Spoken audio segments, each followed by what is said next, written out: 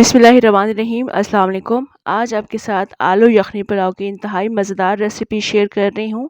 बनाना भी इसे बहुत आसान है, बहुत ज़्यादा लजीज बनकर तैयार होता है। तो आपने रेसिपी मुकम्मल देखनी है, अच्छी लगे लाइक भी ज़रूर करना है। तो चलिए मज़ेदार सा आलू यखनी पुलाव बनाना शुरू करते हैं। पैन में हमने यहाँ पर सबसे पहले आलू ऐड करने हैं, क्योंकि हमने आलूओं को गलाना है। साथ ही हमने इसमें थोड़ी सी अदरक, थोड़ी सी हमने इसमें लहसुन और थोड़ी सी हम इसमें प्याज शामिल कर देंगे। प्याज मैंने छोटे साइज़ की ली है और रफली कट कर लिया है।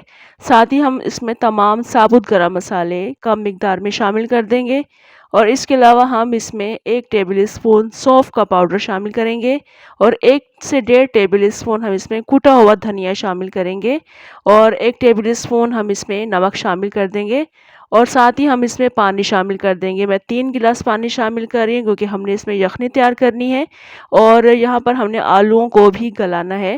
तो तकरीबन 10 से 12 मिनट के लिए आलूओं को कवर करके रख देंगे, ताकि आलू इसमें गल जाएं। आप इसको आलूओं को तकरीबन 80 से 90% भी गला सकते हैं। तो यहाँ पर आलू तकरीबन 90% तक गल चुके हैं। इनको हम यहाँ से निकालेंगे। ये जो स्टॉक बचा है इसको हम छानेंगे नहीं, एज़ इट इज़ इसको यूज़ करेंगे। अब हम यहाँ पर इसके लिए कुकिंग स्टार्ट करेंगे। तो ऑयल में मैं एक दरमियानी प्याज को बारीक काट कर शामिल कर रही हूँ। साथ ही हम तमाम साबुत गरम मसाले भी शामिल कर देंगे। यहाँ पर मैंने कम शामिल किए हैं, क्योंकि हमने यखनी में भी शामिल किए थे।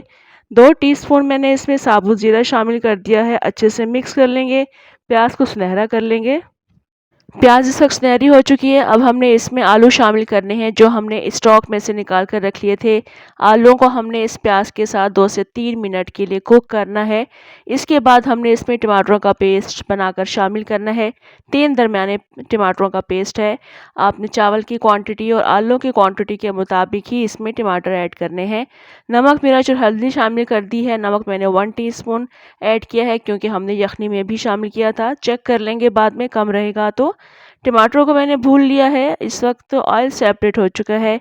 अब हमने इसमें स्टॉक ऐड करना है। ये स्टॉक मैं छान कर शामिल नहीं कर रही हूँ, एज़ इट इज़ इसको हम यूज़ कर रहे हैं। अब इसको मिक्स कर लिया है। थोड़ा सा एक्स्ट्रा पानी भी शामिल कर देंगे, क्योंकि चावल के हिसाब से पानी कम है। मैं आधा किलो बासमती राइस का ये पुलाव बना रही हूँ। तो अभी पानी में बॉयल आ चुका है, तो सोक किए हुए राइस इसमें ऐड कर देंगे।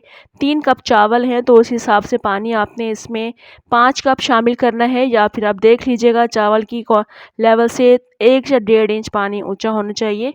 थोड़ी सी हरी मिर्ची भी शामिल कर दी हैं। अब पानी को हम ड्राई कर रहे हैं। इतना पानी इसमें रहना चाहिए जो दम लगाने के लिए काफ़ी होता है। तो 10 मिनट्स के लिए कवर करके रख देंगे। 10 मिनट गुजर चुके हैं। चावल बहुत मज़ेदार से खिले खिले चावल बने हैं और बहुत ज़्यादा खुशबूदार और मज़ेदार ये पुलाव बनकर तैयार होता है। घर में अगर आपका फ़ौरन से कुछ बनाने का मूड है, कुछ अच्छा खाने का मूड है, तो सस्ती सी, आसान सी और मज़ेदार सी रेसिपी आपने ज़रूर ट्राई करनी है। बहुत मज़े की लगती है। अपनी मर्ज़ी के रायते, चटनी और सैलेड के साथ इसको सर्व कर सकते हैं। तो ट्राई ज़रूर कीजिएगा। कमेंट, लाइक और शेयर भी ज़रूर कीजिएगा। मुझे दें इजाज़त। इंशाल्लाह दोबारा आऊँगी अच्छी सी रेसिपी के साथ। अल्लाह हाफ़िज़।